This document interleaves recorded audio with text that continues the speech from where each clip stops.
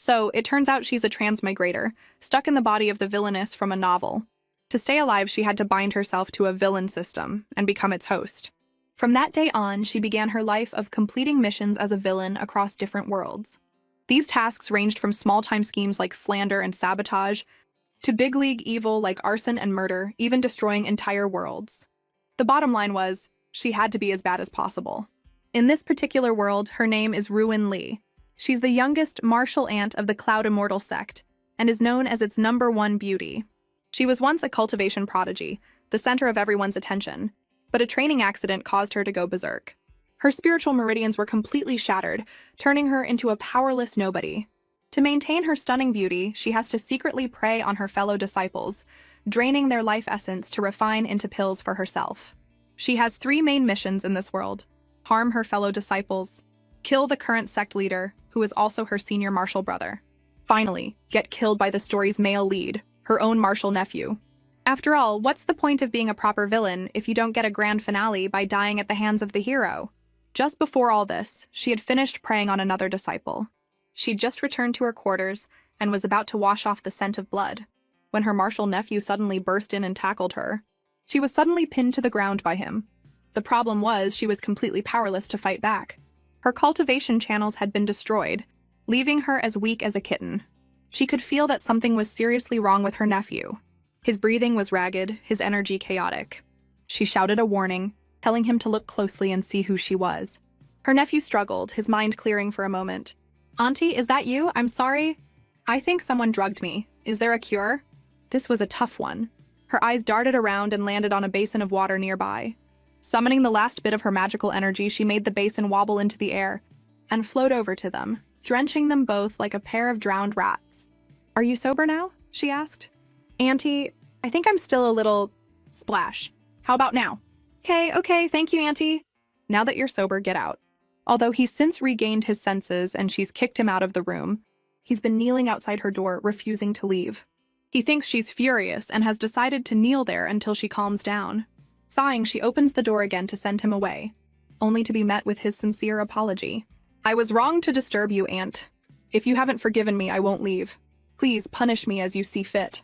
"But I'm not angry," she says, "and I have no intention of punishing you. You said you were set up, which means it wasn't intentional. Just be more careful from now on so it doesn't happen again. Now go." Her nephew's eyes widened. His master, the sect leader, had drilled one lesson into him since childhood. Failure was not an option. "You are different from the other disciples. You are gifted, the hope of our sect. A child of destiny is not allowed to make mistakes. You must be a role model for everyone. You cannot be weak, you cannot be discouraged, and you absolutely cannot cause trouble." But just now, his aunt had told him she wasn't mad at all. For the first time in his life, he felt a warmth spread through his chest. It was the first time anyone had ever said something like that to him. As if on cue, the person who had drugged him appeared, Zhao Qianyi, a relative of the sect leader. She strolled up, pretending to be oblivious, and tried to link her arm with his. He immediately shook her off. "Are you done with your act?" he demanded. Zhao Qianyi's eyes instantly filled with tears. "Senior brother, please don't be angry. I had no idea you were allergic to that tea." He didn't buy it for a second. After pushing her away, he gave her a stern warning. "Out of respect for the sect leader, I won't expose your little game in public. But if you bother me again, I won't be so courteous." Zhao Qianyi's expression turned cold as she watched him walk away. She couldn't understand it. He drank the potion, so why was he so clear-headed? Then it hit her. He had come from the direction of the back mountain. Could it be? After the drug made him pounce on his aunt, he went back to his room and had an eventful dream. The next morning, he woke up to a rather embarrassing surprise in his bed, which was unfortunately witnessed by his junior brother. "Don't worry, senior brother," the junior said with a knowing grin. "It's springtime, I get it. I'll go grab you a clean pair of trousers, shut up and get out." After getting dressed, he immediately set off to find his aunt. Meanwhile, his aunt was frowning at a roster of names.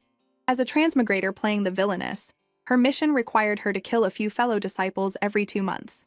But she wasn't a monster. She only targeted the hypocrites and scumbags. For instance, the disciples she had dealt with last night were the same ones who had assaulted a farmer's daughter in the village a few months prior. It just goes to show that even a villain isn't purely evil. Just then, her nephew arrived to inform her that there was an urgent assembly in the main hall. On the way, she noticed he looked pale and asked if he'd had a nightmare. He blushed, said nothing, and just turned away and started walking faster. Soon, everyone from the Cloud Immortal sect was gathered in the main hall. The urgent matter was, of course, related to the murders on the back mountain last night. It turned out a serial killer had been operating within the sect for some time, and they still had no leads. With the Triennial Immortal Sect Conference just 3 months away, this was a serious problem. If they didn't solve the case, the Cloud Immortal sect would become a laughingstock. The elders tasked the sect's head disciple, Bailey Yankee, her nephew, with the case. He had to find the killer and deliver justice for the sect and the deceased disciples. Yes, of course, there's nothing our senior brother can't do, the crowd murmured. Yankee lowered his head, his expression complicated. Suddenly, a teacup was thrust in front of him. "This tea is bitter," his aunt commanded. "Go get me a new cup." Yankee took the cup and bowed respectfully. Immediately, the disciples' whispered gossip shifted to his aunt. "I heard that Martial Aunt Ruan Lee was the sect leader's last disciple, and she's the current leader's junior sister. She used to have incredible potential but got reckless, had a training accident, and her meridians were destroyed. She's basically useless now. Even so, the sect leader dotes on her, even letting a cripple like her sit in on important meetings." Hearing this, Yankee shot the two gossipers a warning glare. But it also made him realize just how much his aunt was looked down upon by the others. And yet she was so clever. She had noticed him spacing out and used the tea as an excuse to snap him out of it. Just then, the sect leader addressed him again. "Yankee, you cannot be lazy with this investigation. You must find the killer within half a month." Yankee accepted the order. Then his aunt spoke up, offering a clue. "This morning I examined the bodies. They were all stabbed multiple times before being strangled. The ligature marks from the silk thread go from bottom to top, which means the killer enjoys torture and is relatively short. If you narrow your search with that in mind, you should be able to eliminate a lot of suspects." Yankee thanked his aunt, surprised that she had helped him once again. After the meeting, Ruan Lee's system curiously asked her, "Aren't you afraid the male lead will trace those clues right back to you if you're so blatant?" Ruan Lee seemed completely unconcerned. "I can't stand seeing them pile all that pressure onto a kid," she replied. "Besides, isn't it better to move the plot along faster?" He'd been drugged by his junior sister and had nearly assaulted his own aunt. So he was completely baffled when that same junior sister showed up the next day, acting as if nothing had happened. He had already warned her the night before, but she was impossibly thick-skinned. "Senior brother, investigating must be tiring. Come try these pastries I learned to make." "No, thank you. I thought I made myself clear last night." "But I already apologized? Why won't you forgive me?" Onlookers started to mutter amongst themselves. "Junior sister is so cute. What could she have possibly done that's so unforgivable? Senior brother is being so unreasonable." The junior sister then tried to force the box of pastries into his hands, but he kept refusing. Just then, a clear female voice cut through the air from a short distance away. "What's the difference between forced kindness and malice?" His aunt stood there, looking nonchalant. "Sorry, I was just reciting a line from a book I was reading." "Did I interrupt something?" Yankee bowed politely to his aunt. She had saved him from an awkward situation yet again. This, however, infuriated the junior sister. She couldn't believe how close Yankee and his aunt seemed. Just then, the same gossipy disciple from before started running his mouth again. "So that's the useless Martial Aunt Ruan? She's beautiful, I'll give her that, but her tongue is sharp. So much for acting like an elder, taking passive-aggressive jabs at junior sister." Yankee's face darkened. He immediately ordered the guards to seize the disciple for disrespecting an elder. "Take him to the ancestral hall and whip him 100 times." The disciple immediately started begging for forgiveness, but it was no use. The other disciples had never seen their senior brother Yankee so angry. It was clear his aunt held a special place in his heart. A little while later, his aunt mentioned she was going down the mountain to buy a few things. Worried for her safety with the serial killer still on the loose, Yankee insisted on going with her, offering to carry her things. On the way back, he noticed that his aunt didn't abstain from food like most cultivators, and had a particular fondness for sweets. In that sense, she was just like any other girl. When she caught him staring at the bag of sweet chestnuts in her arms, she thought he wanted some. "Would you like one?" she asked. He turned away, flustered. "The sect leader taught me that the head disciple must act like one." The next second, a peeled chestnut was popped directly into his mouth. "You clearly wanted one. You've been staring the whole way. Why didn't you just say so?" His face flushed red all the way to his ears. Just like before, he suddenly sped up and walked ahead of her. After he helped put her new things away in her room, he went to report to the sect leader. His master asked if there was any progress on the murder case. Yankee answered honestly, saying he hadn't found any suspects yet, but he had discovered something interesting. The disciples killed last night had assaulted a young woman in the village half a year ago, driving her to suicide. Furthermore, he found that all the victims from previous years had also committed shameful acts. They deserved to die was a fitting description. It seemed the killer was acting as a vigilante. But something was off. A typical righteous person would expose the criminals' deeds and turn them over to the sect for punishment. This killer, however, chose to torture and murder them in secret. This suggested the killer had lost all faith in the sect's authority and justice, choosing to take matters into their own hands.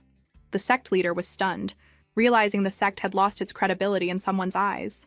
He told his disciple to continue the investigation and solve the case before the Immortal Sect Conference. Just as he was about to leave, Yankee knelt again. "Master, I have one more thing to report. Winter is coming and Marshal Aunt Ruin Lee's residence on the back mountain is severely lacking in supplies. She doesn't even have a single winter item. Could we arrange to have some sent to her?" The sect leader sighed. His junior sister was still keeping everything bottled up inside. She was going to make herself sick one day.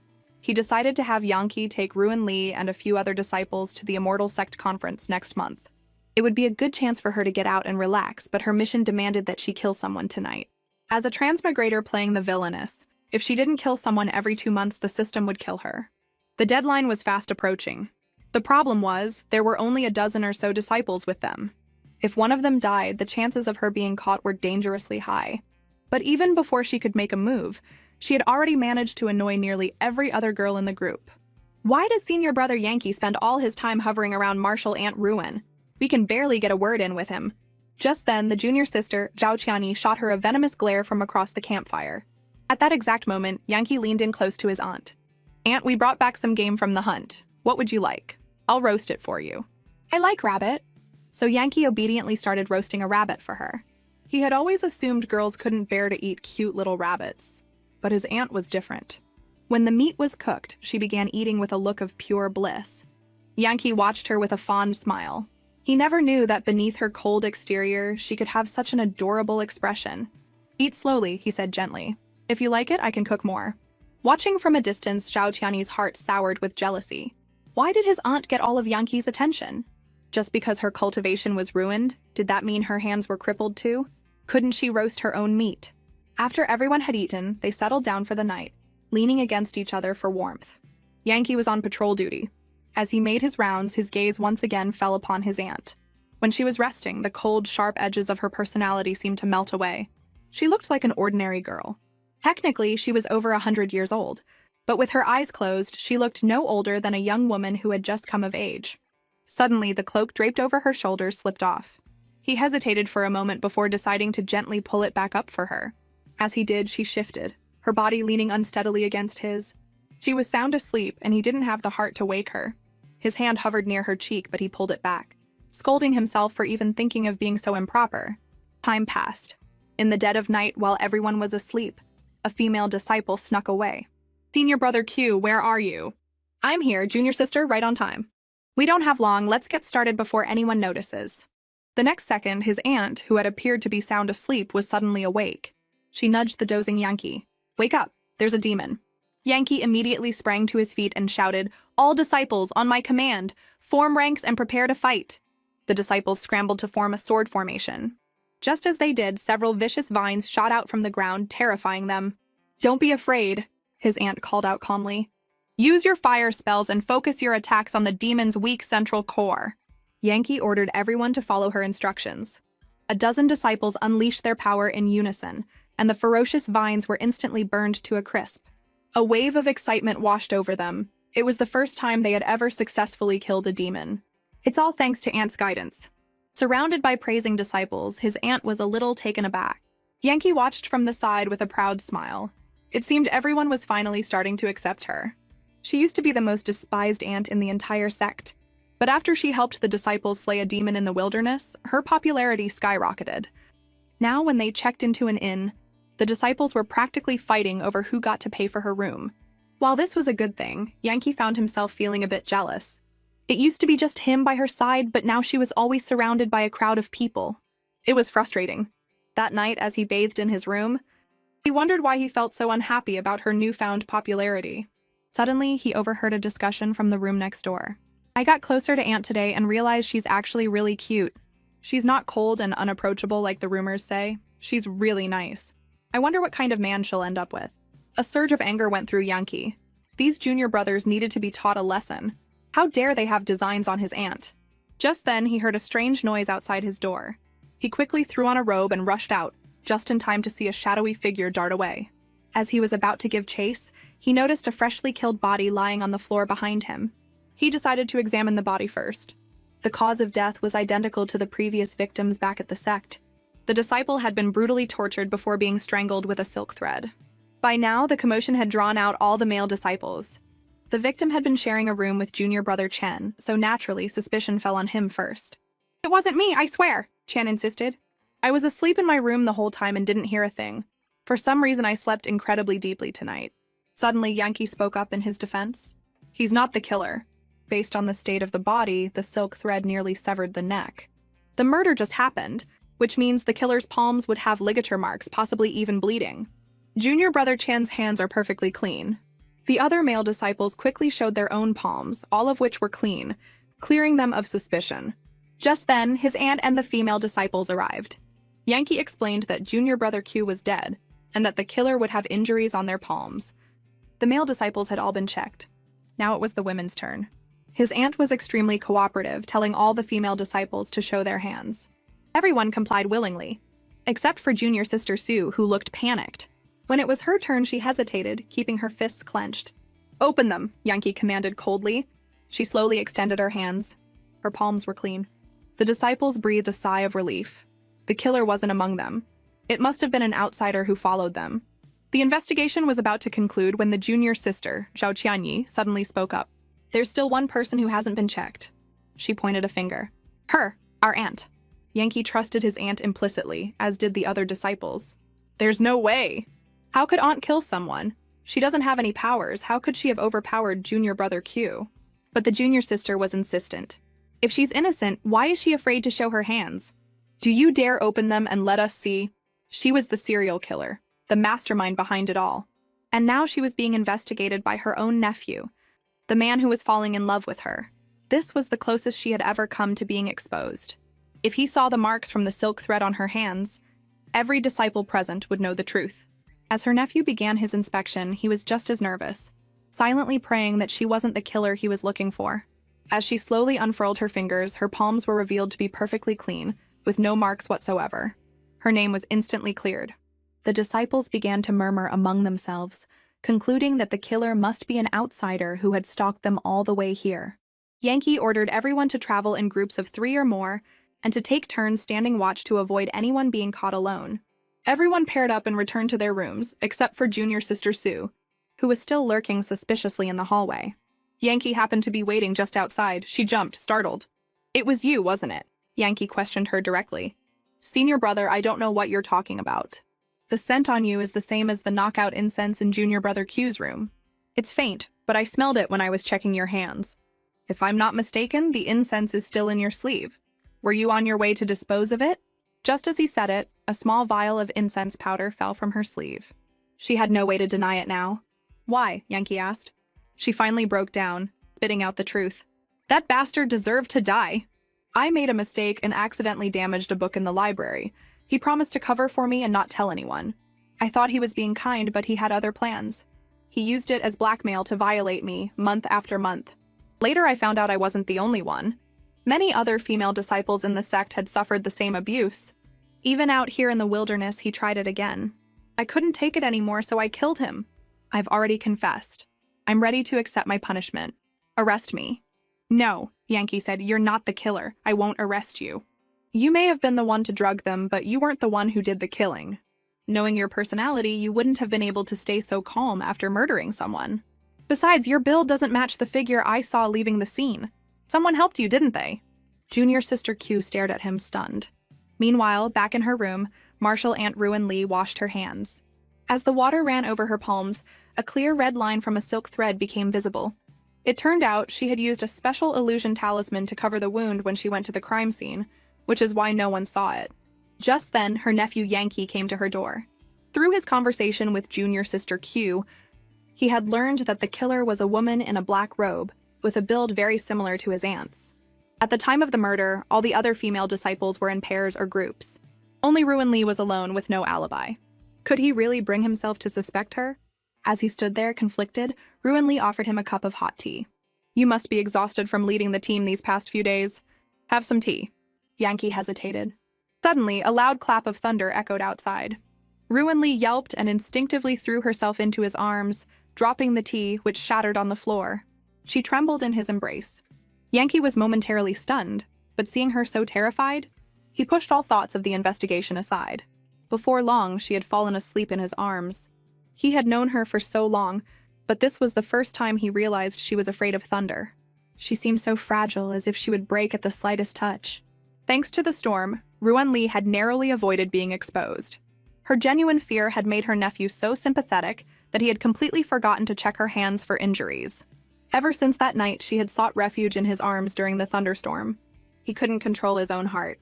All the teachings from his master about being a gentleman and maintaining propriety went out the window whenever he was near her. He felt ashamed. The next morning, as everyone was preparing to leave for the Immortal Mountain, he acted completely out of character and started avoiding his aunt. Previously, he had always been the one to personally carry her on his sword for travel, but this time he assigned another female disciple to the task. Ruan Li sensed his intentions, and though she was a little confused, she went along with his arrangement. Soon, the disciples of the Cloud Immortal sect arrived at the Immortal Mountain. The Great Sect Conference was set to begin in 3 days. That evening, Yankee went for a walk and, without realizing it, found himself standing outside his aunt's room. He didn't even know why he was there. His feet had just carried him. He felt a pang of guilt. If his aunt knew about the dreams he'd been having, she would surely be disgusted with him. Suddenly, the door opened and she stepped out. He froze, completely at a loss for words. "Marshal Nephew Yankee, what are you doing outside my door?" I was on patrol." "It's late, Aunt. Where are you headed?" "I couldn't sleep. I'm just going out for some air." As they walked, Yankee followed closely behind her. Ruan Li found his behavior odd. He was keeping his distance, yet still trying to protect her. Suddenly, an old acquaintance of Ruan Li's, sect leader Zhang Qinfeng of the Lin sect, appeared before them. "Friend Ruan Li, it's been a while. You're as beautiful as ever. Do you remember me?" "No, move." Wait. I heard you had a cultivation accident and lost all your spiritual power. Why don't you let me check your pulse for you?" The next second, Zhang Qinfeng's hand was caught in a vice-like grip. Yankee glared at him, his voice ice-cold. "Sectmaster, please conduct yourself with dignity." The sheer pressure radiating from Yankee was palpable, and even a man of Zhang Qinfeng's cultivation level felt a sense of danger. He wisely decided to back off.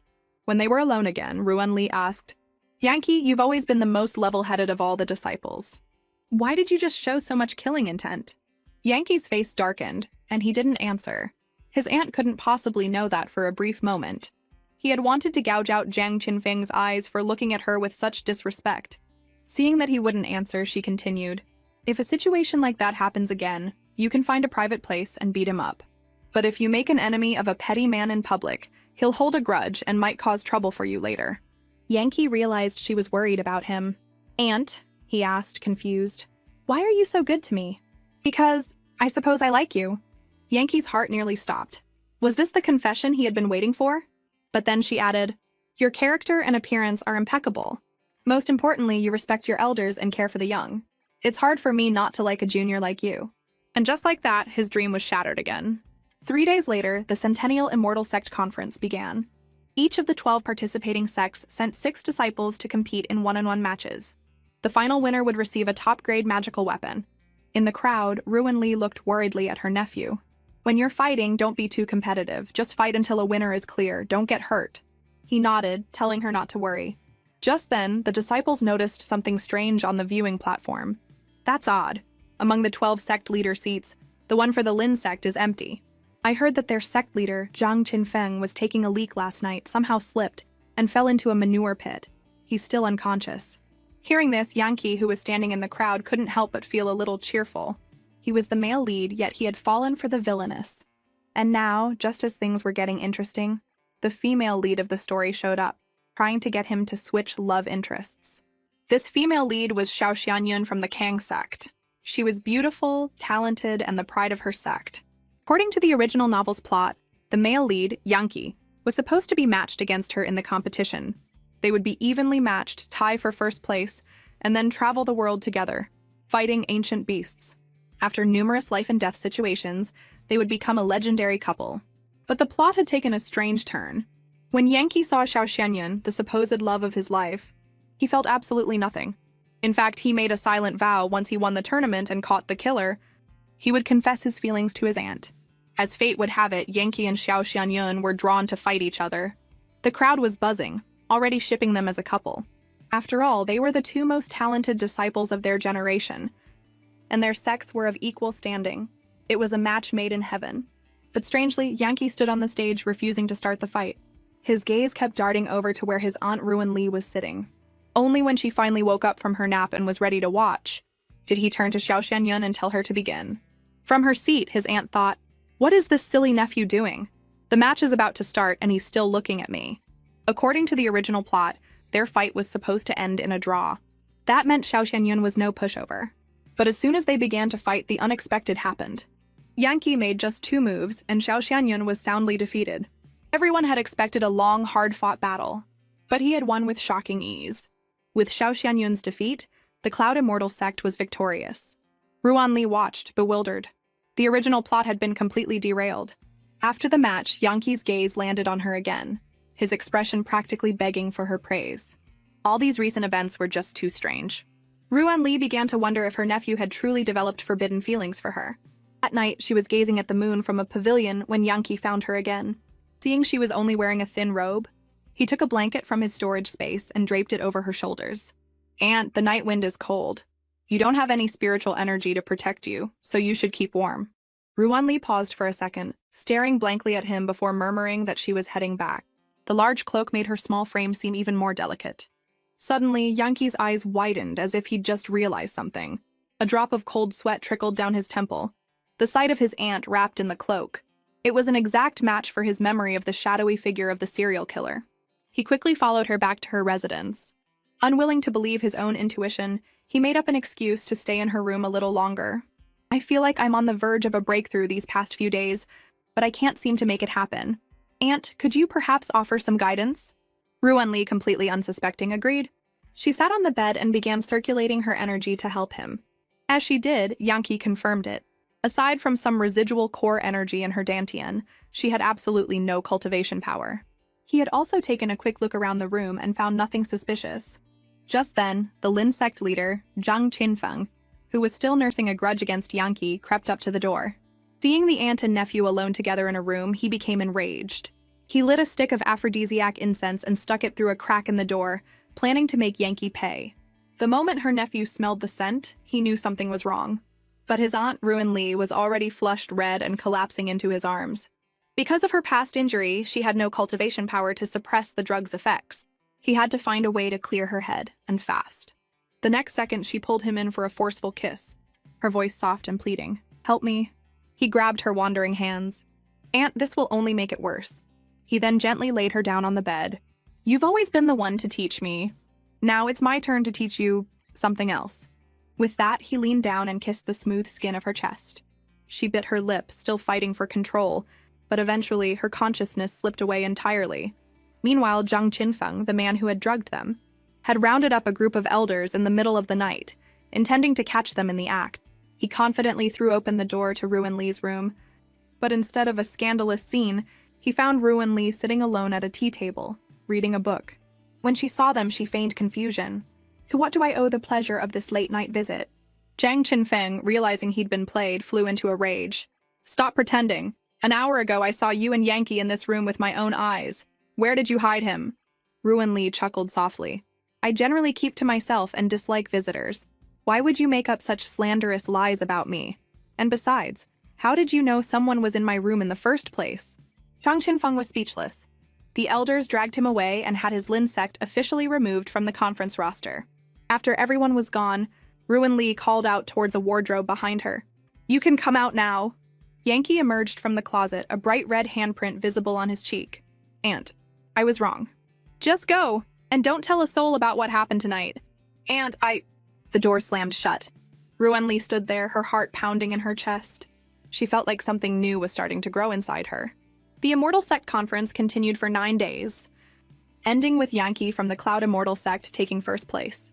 The disciples were all ecstatic, eager to return home and share the news.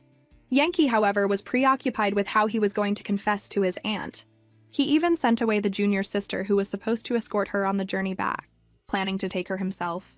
Once the other disciple was gone, Yankee wrapped an arm around his aunt's waist and stepped onto his sword. "Why are you holding me so tightly? Aunt, you have no spiritual energy to protect you. I don't want you to catch a chill in the air." "Then why are you flying so slowly? The fog is thick today. This is safer. If you're cold, Aunt, you can lean in closer. It's warmer." Ruin Lee sighed. Arguing would probably be more trouble than it was worth, so she just let him be. He, on the other hand, was already making plans. After he caught the killer, he would resign from his position as head disciple and spend the rest of his days protecting his aunt in her seclusion on the back mountain. He had just made up his mind to confess to his aunt, but upon their return she was immediately summoned and reprimanded by the sect. While he was being praised and rewarded for winning the conference, his aunt was being scolded by an elder for the death of a disciple during their trip. "Ruin Lee, you useless cripple! You let my disciple Q be harmed by villains under your watch. You should be severely punished." "You just called me a useless cripple," she retorted calmly. "Did you really expect a useless cripple to protect the disciples?" Just then, the ever-meddling Zhao Qianyi stepped forward, claiming she also had an accusation to make against martial aunt Ruin Lee. She alleged that Ruin Lee had acted dictatorially, refused to participate in group activities, and failed in her duty as a leader after the disciple's death. Therefore, she deserved to be punished. Hearing this, the elder's scolding grew even more self-righteous. Yankee couldn't stand it any longer. "Elder," he interjected, "you are the one who writes our sect's rules. Have you forgotten what you've written? While the rules do state that a master will be punished by whipping if a disciple is harmed under their watch, it only applies if the master has the power and ability to protect them. My aunt has no cultivation and no combat ability, so that rule doesn't apply to her. In fact, many of the disciples on this trip saw their skills improve thanks to her guidance. If anyone is to be held responsible, it should be me, the head disciple. I am willing to accept the punishment." The elder was left fuming and speechless. Zhao Qianyi was stunned. She had only meant to cause a little trouble for his aunt, but she never expected Yankee to defend her so fiercely. "This has nothing to do with senior brother. It's all Aunt Ruin Lee's fault," she insisted. The next moment, she was drowned out by a chorus of accusations from the other disciples. "That's enough, junior sister. How long are you going to be so unreasonable? You're just slandering martial Aunt Ruin Lee. We were wrong about you." One by one, the disciples stepped forward to defend Ruin Lee. "What junior sister Zhao said isn't true.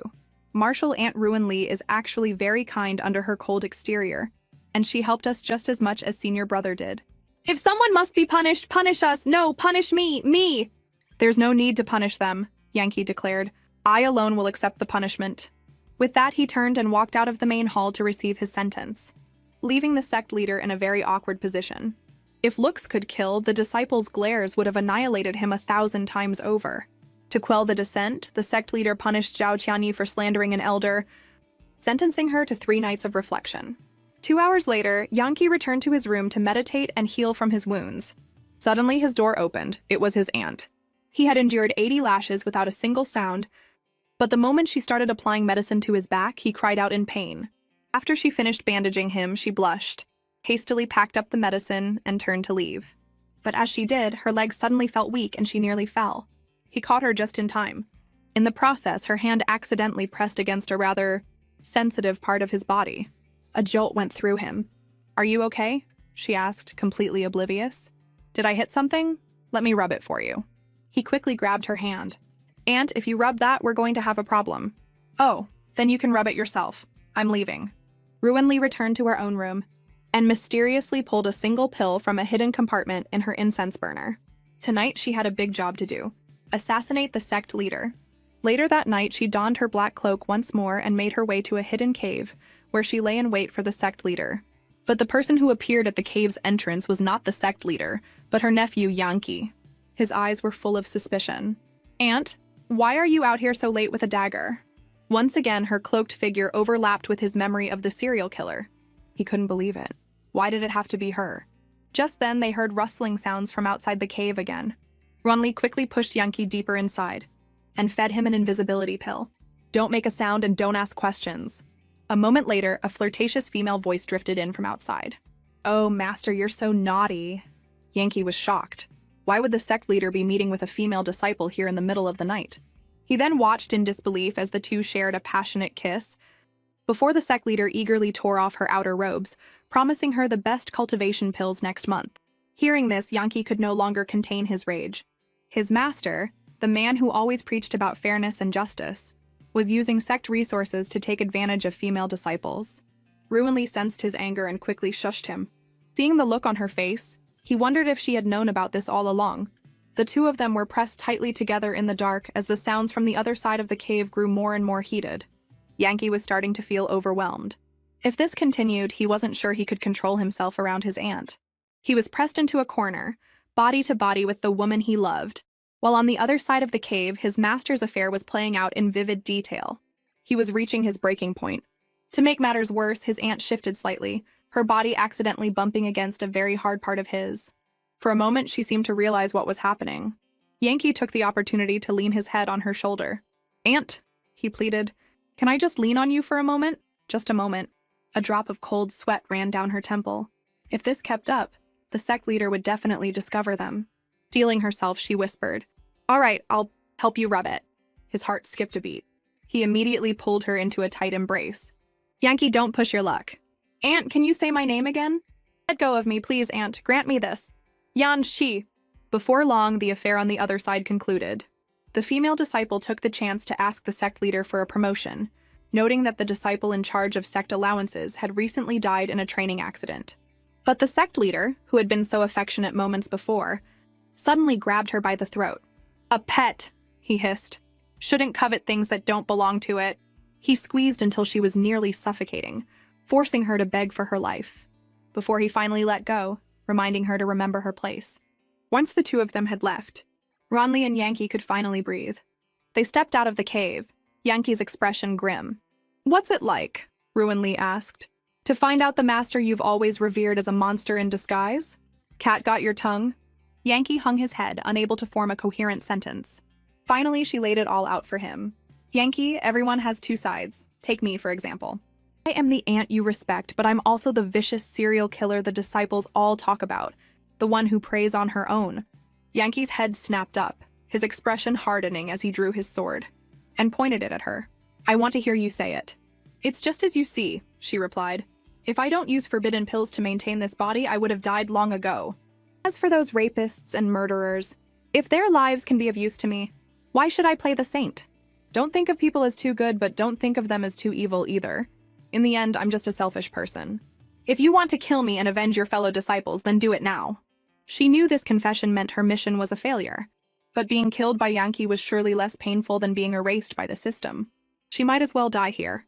But the next moment, she wasn't met with the cold steel of his blade, but with his warm embrace. "Don't try to fool me, Aunt," he whispered. "The person I see is not a bloodthirsty monster. You're the person who would risk getting scratched to save a stray cat. You're the person who would generously help those in need. The aunt I know is an upright and kind woman, better than anyone else in this world. According to the sect's rules, if we can gather enough evidence to prove that those you killed deserve to die, your sentence won't be so severe. Let me gather the evidence, and we'll confess everything together." "You're quite the planner," she said, a hint of softness in her voice. "But what if the sect leader and the elders insist on executing me?" "Then I will die in your place." "Why? Because I love you. You've protected me so many times." "This time, let me protect you." Ruinli's heart stirred. But in the next second, she raised her hand and knocked him unconscious. She looked at him with a complicated expression. "Your life is your own," she said softly. "You don't need to entrust it to anyone, especially not me. I still have something I must do." As he lost consciousness, watching her walk away, his mind screamed, "Come back! Don't do something stupid!" The cultivation prodigy had become a powerless cripple overnight, all because the senior brother she trusted most wanted to possess her, to turn her into his personal plaything. She endured it for 5 long years, waiting. Today, the time was finally right. She approached her senior brother, the sect leader, feigning innocence and holding a wooden box. She claimed to have found some rare pills and wanted to offer them to him. He led her into a secret chamber behind his study, before taking the box and opening it. It was empty. In that split second of distraction, Ruinli drew a hidden blade and plunged it into his chest. "Your cultivation? It's restored?" He gasped in disbelief. "No," she replied coldly. "I just took a spirit-gathering pill. It converted all the lifeblood I've accumulated over the years into a single day's worth of power." The sect leader was horrified. The spirit-gathering pill was a last resort.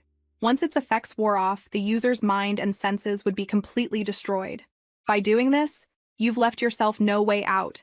Did you leave me a way out when you destroyed me all those years ago? She shot back. I was only 13. I looked up to you like a real brother. But at the most critical moment of my cultivation breakthrough, a mysterious person broke into my room and shattered my spiritual core. In the struggle, I managed to scratch his neck. From that day on, my cultivation was gone, and I could never practice again. A prodigy became a waste while the culprit remained hidden.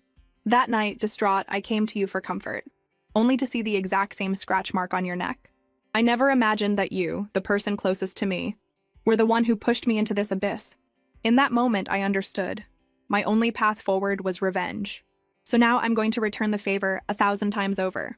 Runli lunged at him again, but he suddenly regained his strength and knocked her to the ground. The wound in his chest healed before her very eyes. Junior sister, he sneered. You're just as arrogant as you were back then. Did you really think I'd be so careless? But what can I say? I'm obsessed with you. So obsessed that I had to personally clip your wings just to watch you struggle by my side. I've known all along that you were the one killing those disciples. I just chose to turn a blind eye. Do you know why? Because watching you fall from a genius to a cripple, from the righteous path to the demonic, it brings me so much pleasure. Enraged, Ruan Li pulled a hidden needle from her robes and stabbed him in the left eye. He screamed in pain and slammed his hand on a hidden mechanism on a nearby furnace. The floor of the secret chamber split open, and Ruan Li fell through. She landed in a room where every wall was covered with portraits of her. The sect leader descended behind her, holding a chain. While you were hiding on the back mountain, I came here every day thinking of you, using these to console myself. Why don't you just stay here and truly become my little pet? The next second, Ruan Li produced another dagger from her sleeve and stabbed him in the chest again. This time, he had miscalculated. The wound was real and severe. She picked up her sword and pointed it at his throat. Did you really underestimate the determination of someone seeking revenge? Did you think I came here unprepared? Sensing his imminent death, the sect leader began to grovel. Don't come any closer! Junior sister! Beg you, spare my life! Do you know what you look like right now?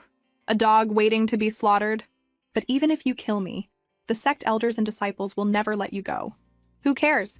This world lost its meaning for me a long time ago. She gathered her remaining power for the final blow.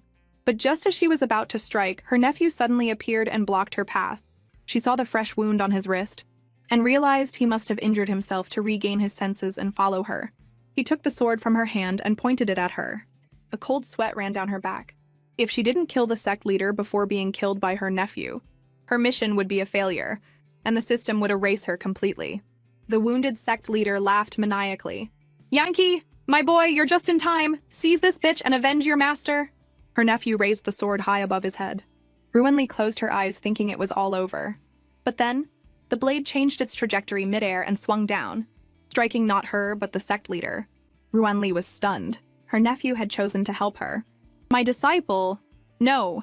Yankee, you dare to kill your own master? The sect leader gasped, clinging to life. Why wouldn't I? Yankee replied coldly. You crippled my aunt, abused your own disciples, and treated human life as worthless. Dying 100, even 1,000 times over wouldn't be enough. But there's one thing you don't deserve, and that's to die by her hand. The sect leader's eyes widened in realization, and he began to laugh. You traitorous filth! You're in love with your own aunt!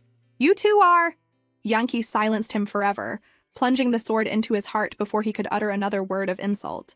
He then turned to his aunt. Don't worry. No one else will ever know what happened here tonight. You're going to cover for me? Yes and no. Before I entered this secret chamber, I couldn't understand why you wouldn't just report him to the elders. But after seeing all this, I get it. The sect leader was a monster himself. If it were me, I would have wanted to cut him into 1,000 pieces with my own hands. Aunt, this disciple has been unfilial. I have fallen deeply in love with you. Please, accept me. A faint blush colored Ruan Li's cheeks, but she quickly hid it. You love me? Do you know how many people I've killed? A vicious person like me already belongs in hell. Your love is better directed elsewhere. But even after hearing that, her nephew resolutely took her hand. Then I will go to hell with you. Now that I have also killed, we are in the same boat. Please, Aunt, trust me. I will never let you get hurt again. Ruan Li hesitated for a moment. But in the end, she was just an outsider in this world, an actress playing the part of the villainess. She reached out, took the sword from his hand, and in one swift motion drew the blade across her own neck. She collapsed. Her nephew rushed forward, catching her, and frantically trying to pour his own life force into her, trying to save a person who was already gone. With her last breath, she explained, "Don't waste your energy. My life was already at its end. I wouldn't have survived the night anyway. Yankee, my death is not a big deal. When I'm gone, pin all the crimes on me. Remember, I killed everyone. And you are the hero who stopped the killer. This is my last and only request." With those words, she went silent, leaving him clutching her body, his cries echoing in the chamber. Current world mission complete. Objective 1, harm fellow disciples, achieved. Objective 2, kill the sect leader, achieved. Objective 3, die by the male lead's sword, achieved. She never expected the mission to end like that. As her consciousness prepared to depart for the next world, she glanced back one last time at Yankee. What a silly boy. 3 days later, Yankee officially became the new sect leader of the Cloud Immortal sect. Under his leadership, the dark secrets of the previous sect leader and the deceased disciples were all brought to light, shocking the entire sect. Yankee ruled with integrity and justice, completely reforming the sect from the ground up. In just 3 years, the Cloud Immortal sect became the #1 sect on the continent. 100 years later, he lived up to his name as a child of destiny, becoming the undisputed #1 cultivator in the world. However, he never took a wife and remained alone for the rest of his life.